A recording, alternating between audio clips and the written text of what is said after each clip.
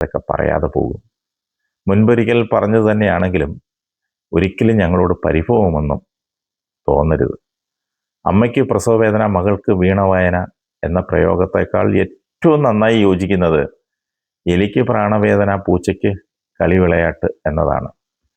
സംസ്ഥാനത്തിൻ്റെ വിവിധ ഭാഗങ്ങളിൽ ശക്തമായ പേമാരിയും ഉരുൾപൊട്ടലും നടക്കുന്ന ഈ സമയം നോക്കി അമേരിക്കൻ മലയാളികളുടെ ഇടയിൽ വയറ്റിൽ തട്ടി പാട്ടുപാടി പിരിവിനിറങ്ങിയിരിക്കുകയാണ് നാട്ടിലെ പല MLA മാരും.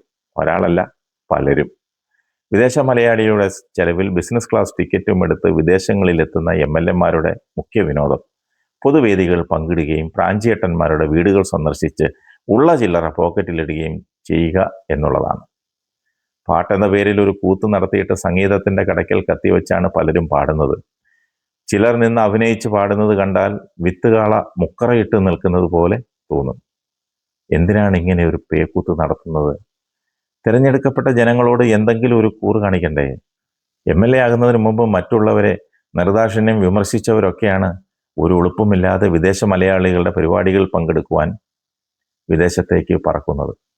നാട്ടിൽ വലിയ പ്രശ്നങ്ങളൊന്നും ഇല്ലാത്ത കാലത്ത് പോയാൽ നമുക്ക് അതിനെ ന്യായീകരിക്കാൻ സാധിക്കും.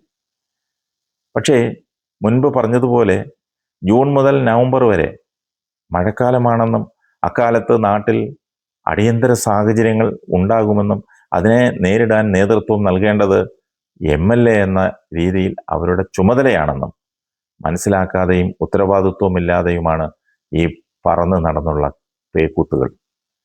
വിദേശികളുടെ മനസ്സിൽ കയറി കൂടുന്നതിന് ചില തന്ത്രങ്ങളൊക്കെ ഉണ്ട്. കൂടെ പഠിച്ചവരല്ലെങ്കിൽ പണ്ട് കൂടെ രാഷ്ട്രീയം കളിച്ച് നടന്നവരൊക്കെ അവരിൽ പലരും ഇപ്പോൾ വിദേശത്ത് കുടുംബമായി സുഖമായി കഴിയുന്നു. അവരുടെ ഏതെങ്കിലും ഒരു പരിചയക്കാരായിരിക്കും 1001 അസോസിയേഷനുകളിൽ ഏതെങ്കിലും ഒന്നിൻ്റെയൊക്കെ തലപ്പത്തുള്ളത്. അവരെ സ്വാധീനിച്ച് ഒരു ക്ഷണം സംഘടിപ്പിക്കുകയും ടിക്കറ്റ് സൗജന്യമായി നേടുകയും ചെയ്യുക എന്നുള്ളതാണ് ആദ്യത്തെ പരിപാടി. അത് വിജയിച്ചു കഴിഞ്ഞാൽ പിന്നെ മേൽകീഴ് നോക്കാതെ അങ്ങ് പറക്കുകയാണ്. അവിടെ ചെന്നാൽ പിന്നെ ഈ പൗരപ്രമുഖർക്ക് ഒന്നും വിശ്രമിക്കാൻ സമയമില്ല. കാണുമ്പോൾ പരിചയപ്പെടുന്ന മുഴുവൻ പേരും ഇവരെ ഭക്ഷണത്തിനായും ഗൃഹസന്ദർശനത്തിനായും വിളിക്കും. സ്നേഹം നടിച്ച് ഇവരെല്ലാവരും അവിടെ എത്തും.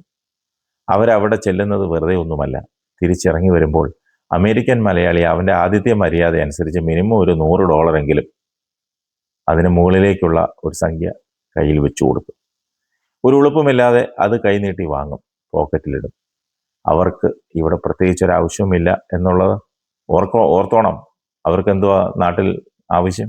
കഴിഞ്ഞ നിയമസഭയുടെ കാലത്ത് പത്തനംതിട്ട റാന്നിയിൽ നിന്നും ഒരു MLA ഇവിടെ വന്ന് ലക്ഷങ്ങളാണ് പിരിച്ചുകൊണ്ടുപോയി എന്നാണ് പല റാന്നിക്കാരും പറഞ്ഞത്. ഇവിടെ വന്നപ്പോൾ പിരിച്ചത് മാത്രമല്ല, തെരഞ്ഞെടുപ്പ് സമയത്ത് ഇവിടെയുള്ള മുഴുവൻ റാന്നിക്കാരുടെയും മൊബൈലിൽ സഹായം അഭ്യർത്ഥിച്ചുകൊണ്ടുള്ള മെസ്സേജും അക്കൗണ്ട് നമ്പറും വന്നിരുന്നു. ഇവരിൽ പലരും ഒരു വർഷം തന്നെ ഒന്നിൽ കൂടുതൽ പ്രാവശ്യം വന്ന് പിരിച്ചുകൊണ്ട് പോയിട്ടുണ്ട്. ചിലരുടെ വിദേശവാസം കണ്ടാൽ അവർ വിദേശികളാണ് എന്ന് പോലും തോന്നിപ്പോകും.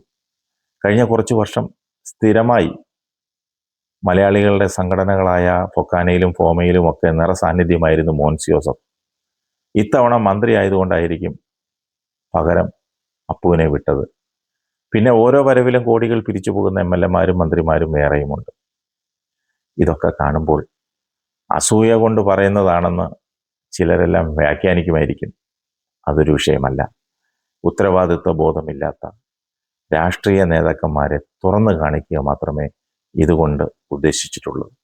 ഇത്തവണ MLA-മാരിൽ തന്നെ VT Balram, Appu, Sajeendran, Poonjar MLA NJ Sebastian തുടങ്ങിയവരൊക്കെ വന്നു.